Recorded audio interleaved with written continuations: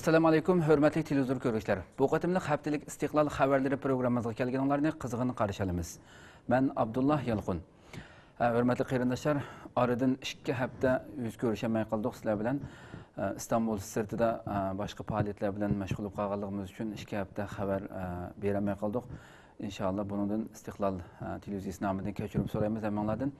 İnşallah bunun keyinki proqramlarımızda davamlı vaxt-vaxtda xəbər çıxdırışımız. Tövəndə xəbərimizin təfsilatına girəylik.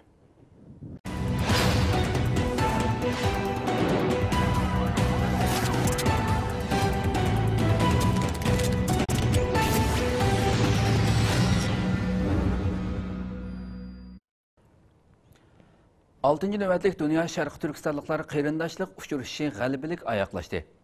Şərq Türkistan Maarif və Həmkarlıq Cəmiyyəti hər yili ötküzüb kelayotgan Dünya Şərq Türkistanlıqlar qeyrindaşlıq uçuruşuğunun yığınının 6-cı növbətliki 8 avqust Cümə günü qələbilik ayaqlaşdı.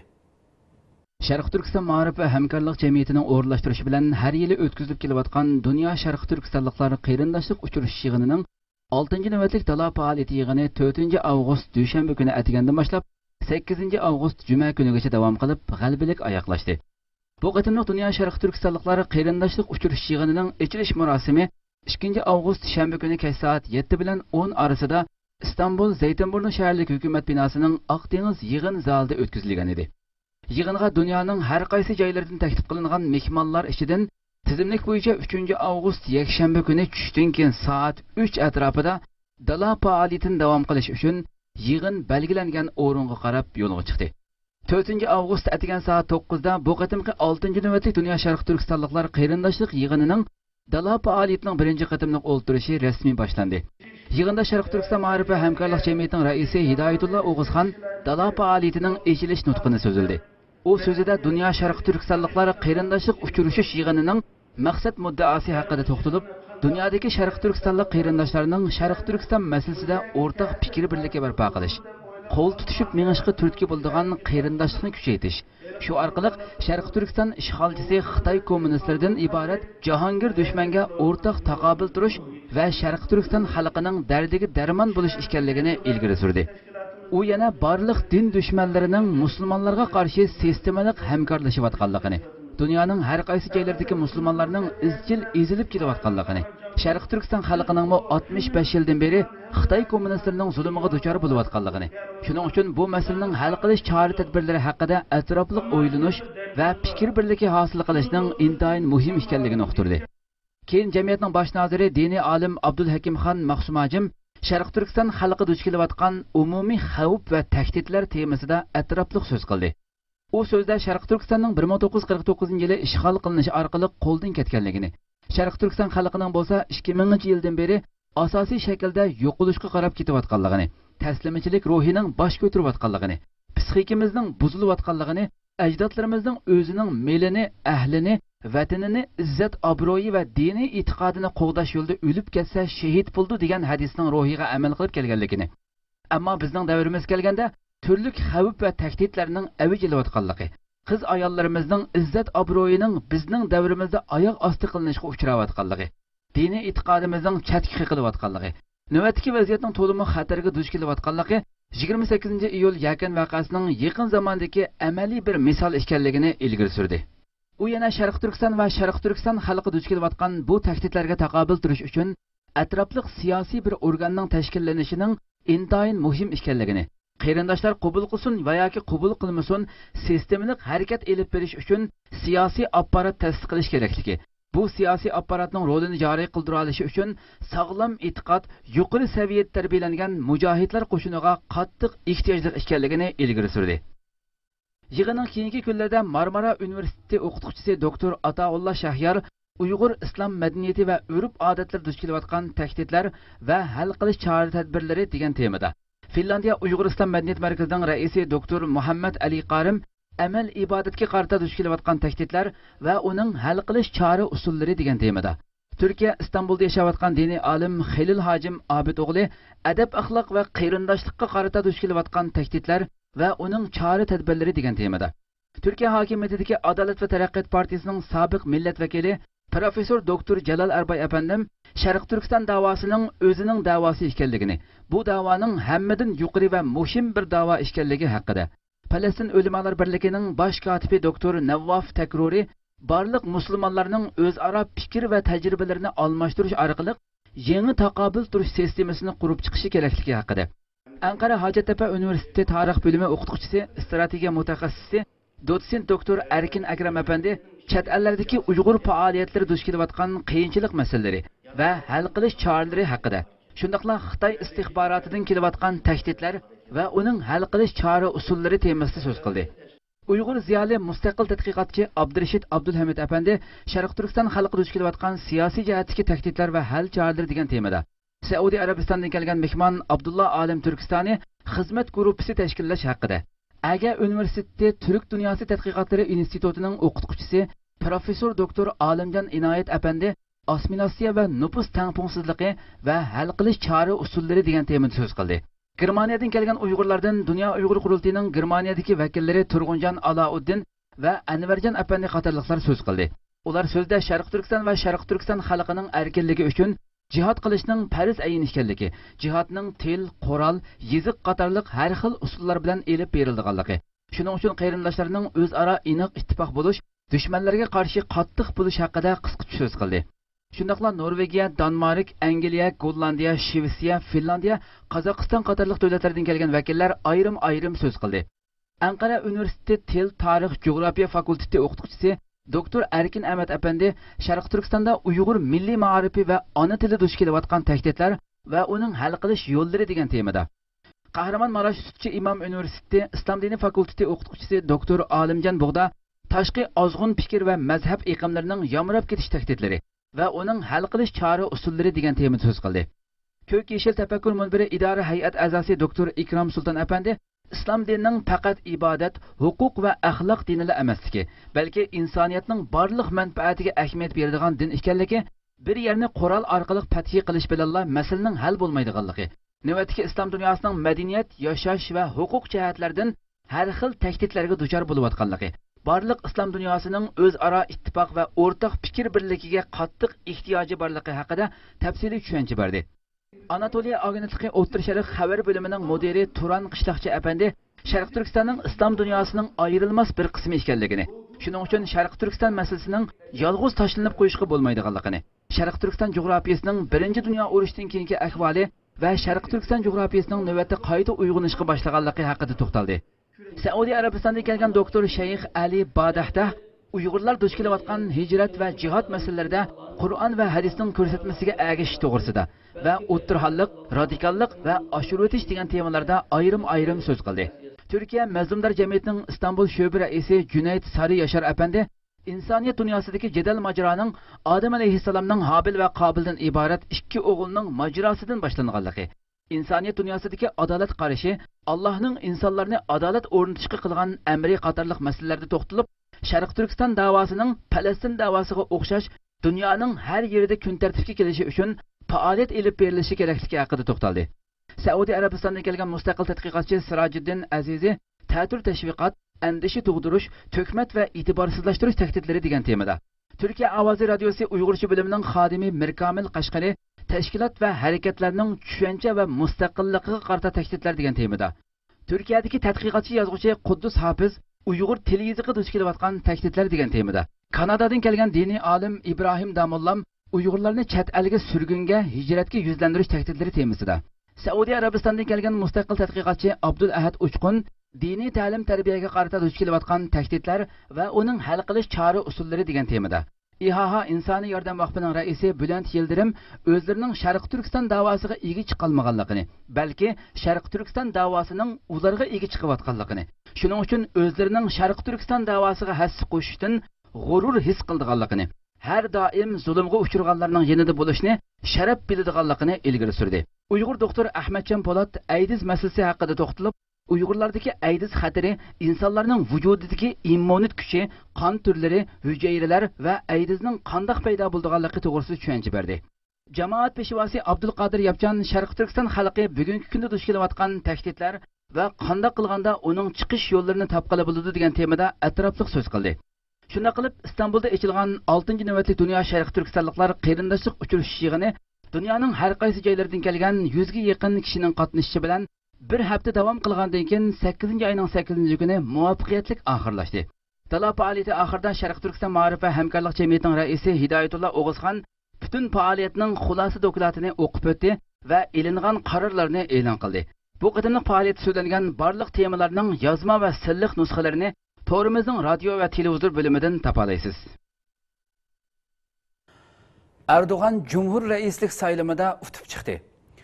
Turkiyada 10 avgust o'tkazilgan tarixiy Cumhur raislik saylamida Türkiye Cumhuriyeti Baş Ministeri Recep Tayyip Erdoğan yuqori ovoz bilan Türkiye'nin 12. navbatlik Cumhur raisi bo'ldi. Türkiye'de 10 avgust o'tkazilgan tarixiy Cumhur raislik saylamida Adalet ve Taraqqiyot Partiyasining raisi shundaqla Türkiye Cumhuriyeti Baş Ministeri Recep Tayyip Erdoğan birinchi qatimliq saylamda %52% ovozga erishib, Türkiye'nin 12. navbatlik Cumhur raisi bo'ldi. Muhalefet partiyalaridan Cumhuriyet Xalq Partiyasi bilan Milliyetçi Harakat Partiyasining o'rtaq nomzodi Akmaliddin Ihsonoğlu 2. Xalq Demokrat Partiyasining nomzodi Salohiddin Demirtash 3. bo'ldi. Akmaliddin Ihsonoğlu taxminan %38% ovozga, Salohiddin Demirtash 9,7% ovozga erishdi. Saylamga qatnash nisbati %73% bo'lib, jami 40 million ovozning 39 million 700 ming kuchga ega bo'lgan. Türkiye miqyosida 55 viloyatda Recep Tayyip Erdoğan, 15 viloyatda Akmaliddin Ihsonoğlu, 11 viloyatda Salohiddin Demirtash birinchi bo'lgan. Türkiye Cumhuriyeti Baş Ministeri Recep Tayyip Erdoğan'ның Türkiye Cumhur Raisliği saylamida oldingi qatorda o'sib chiqishi Yevropa va Amerika qatorliq butun dunyo matbuotlarida qiziq nuqtaga aylandi. 12. Cumhur Raisi bo'lib saylangan Recep Tayyip Erdoğan an'anaviy balkon nutqini Türkiye ve milletimiz nomiga ulug' Fatihani, ya'ni ulug' echilishni birlikda idrok qilmoqdamiz degan so'zlar bilan boshladi.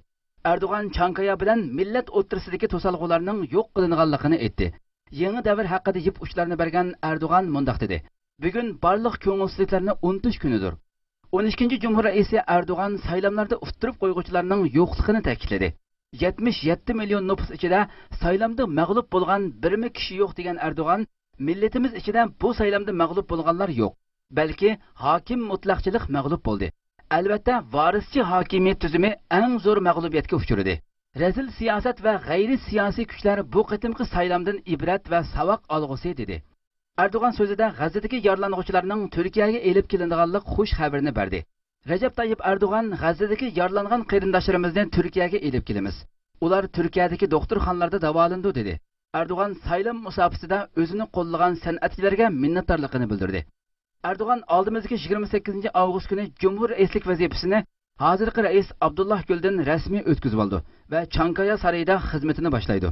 Hozir Turkiyada Adalet ve Taraqqiyot Partiyasining yangi raisi, shundaqla bosh ministrning kim bo'lganligi haqida ko'z qarashlar bas-basti xabar qilinmoqda.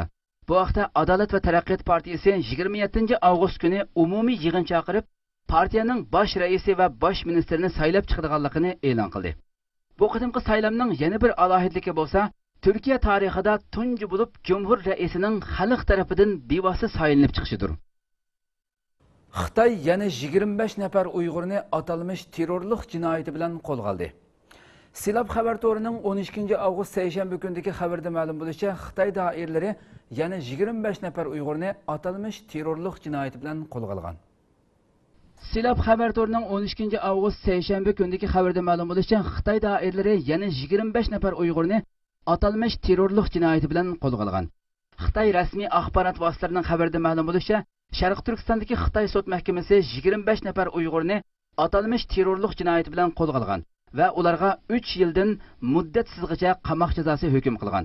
Ishg'olchi Xitoy doiralarining Sharq Turkistonda elib berayotgan atalmish zo'ravonlikqa qarshi turish siyosatida Uyg'urlarning kishilik haq huquqlari ig'ir dafsanda bo'lmoqda va terilg'u yerlari butunlay vayron qilinmoqda. Ishg'olchi Xitoy doiralarining Uyg'urlarga qarshi irqiy ayrimchilik siyosati sababli norozilik bildirgan va o'zining insonlik haqqini tashabbus qilgan Uyg'urlar atalmish bo'lgunchilar va zo'ravonlar deb qaralib, turli tuhmatlar bilan xohlagancha tutqun qilinmoqda va muddatlik va muddatsiz qamoq jazolariga hukm qilinmoqda. Xitoy doiralari Uyg'ur ommasini Uyg'ur mujohidlarga qarshi qalqon bo'lishga majburlamoqda. İşğalçı Xitay dairələri Şərqi Türkistanda yüz beriyotgan Şərqi Türkistan Milli Müstəqillik Cihadi hərəkətiga qarşı Uyğur ammasını qalqan bo'lishga majburlamoqda. Xitayning Uyg'urcha radio to'ri xabarida ma'lum bo'lishicha, Xitoy doiralari yaqinda Aqsu viloyati, Uchturpan va Unsu nahiyalaridagi Uyg'ur xalq ammasini Xitoy ishg'olchilari va Xitoy ko'chmanlariga qarshi jihodiy harakat elib berayotgan mujohidlarga taqobil turishda qalqon bo'lishga majburlagan.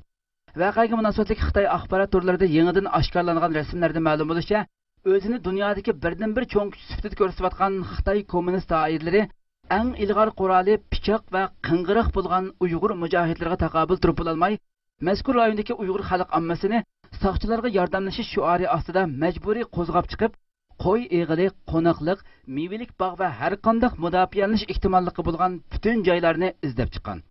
Xitoy doiralari yana Xotanning Qaraqosh noyasi Purjoqchi yesidimi Uyg'ur mujohidlarini tutish uchun xalq ammasini majburiy shaklda qalqon qilgan. Egallangan uchurlarga qaraganda o'zining milliy va vijdoniy irodasiga xilof holda Xitoy soqchilariga yordamlashishga majburlangan Uyg'ur xalq ammasi amalining yetishicha Uyg'ur mujohidlarini qovdab qilishga tirishgan. Buningdan Xitoy kommunist doiralarining axborot vositalari orqali o'zini dunyodagi cho'ng kuch qilib ko'rsatayotganligining faqat quruq shuardan iborat ekanligini bilib olg'ili bo'ladi. Milliy iroda va milliy ittifoqlik bo'ladi ekan, Xitoy doiralari barliq ilg'or texnikalik qurollari va itning qurtidek askarlari bilan Sharq Turkiston milliy mustaqillik ruhini va jihodiy harakatini bostira olmaydi. Konyadagi Xitoy bog'chisi Mahmud Qashqari bog'chisiga o'zgartirildi. Turkiyaning Konya shahri Kozag'ach mahallasidagi Xitoycha nom bilan atalgan Yueshu bog'chisining ismi Mahmud Qashqari bog'chisiga o'zgartirildi. Türkiye'nin en çok kadimi tarihi ega şehirlerden biri bo'lgan Konya şehrinin Meram rayonluq hükümet komitetinin yığında Kozag'ach mahallesideki Xitoycha nom bilan atalgan Yueshu bog'chisining nomini o'zgartirish qarori ma'qullandı. Konyadagi ichida ko'p sonda o'simlik va ko'llar bor bo'lgan bu cho'ng bog'chining ismi Mahmud Qashqari bog'chisi deb o'zgartirildi. Meram rayonluq hukumat raisi Tatma To'ro xonimning riyosatchiligida 8-oylik 2-chi qitimliq majlisda burunqi rayon boshlig'i mezgilda Xitoy bilan do'stlik o'rnatib, Xitoycha Yueshu bog'chisi deb ism qo'yilgan bog'chining nomini o'zgartirish masalasi kun tartibga kelgan. Muzokara oxirida Xitoyning Yueshu shahrining ismi qo'yilgan bog'chining ismini Mahmud Qashqari bog'chisi deb o'zgartirish qaror qilingan. Bu bog'cha Konya viloyatidagi birdan-bir o'simlik va ko'l bor bog'cha bo'lib, 2013-yili 7-oyning 10-kuni Xitoyning Yueshu shahri bilan Konya Meram rayonluq hukumat do'stlik munosabati o'rnatganda mazkur ism berilgan. Bu qaror rayonluq hukumatning to'r betigimi bosh xabar sifatida qo'yilgan. Uchturpan imomlarimda 4 oila Xitoyni bo'g'izlagan azamatlar harakatini davom qildirmoqda. Xabarlarda ma'lum bo'lishicha, bu fidoilar hozirga qadar bo'lgan 1 oyga yaqin vaqt ichida oz deganda 5 qatim hujum elib borgan va eng oz 16 kishini o'ldirgan. Erkin Osiyo radiosining xabarida ma'lum bo'lishicha, Uchturpan imomlarim yesida yerlik xalqning zaminini monopol qilib olgan Xitoylardan 4 oilalik muttaham Xitoyni bo'g'izlab tashlagan azamatlar ishg'olga qarshi harakatini davom qildirmoqda ekan. Xabarda imomlarim yesida 4 oilalik Xitoyga ajallik zarb bergandan keyin qaytib yurayotgan Sulaymon To'xti bilan Abdullah Abdurahim qatorliq Uchturpan azamatlarning 4-avgust kuni Yako'rik yesida mahalla boshlig'i bo'lgan Xitoyparast Tursun Ahmadni o'ldirganligi. Onundan bir kun ilgari Aqto'qayda 2 nafar va Yako'rikda 1 nafar Xitoy ko'chmanni o'ldirganligi ma'lum bo'lganligi ilgari surilgan. Xabarda ma'lum bo'lishicha 2 nafar azamat Aqto'qaydan Yako'rikka o'tish safarida oldiga uchirgan 2 nafar Xitoy ko'chmanni o'ldirgan va ulardan g'animat olgan motosiklet bilan Yako'rik yesiga kelib, Wang familiyalik bir xumdan boshlig'ini o'ldirib o'tgan. Xabarda yana mundaq deyilgan: Yako'rik yesidagi bir kent boshlig'i va Aqsudagi bir soqchi xodimning muxbirimizga bayon qilishicha, imomlarimda 4 oilalik Xitoy yer xo'jayinlarini o'ldirgan bu fidoilar hozirga qadar bo'lgan 1 oyga yaqin vaqt ichida oz deganda 5 qatim hujum elib borgan va oz deganda 16 kishini o'ldirgan. Hurmatli televizor ko'ruvchilar, shunday qilib bu qatimli haftalik istiqlol xabarlari programmamiz mush yerda oxirlashdi. Kelar qatimgi programmamizda Alloh xolisi ko'rishguncha sizlarni janobi Allohga topshiramiz. Assalomu alaykum va rahmatulloh.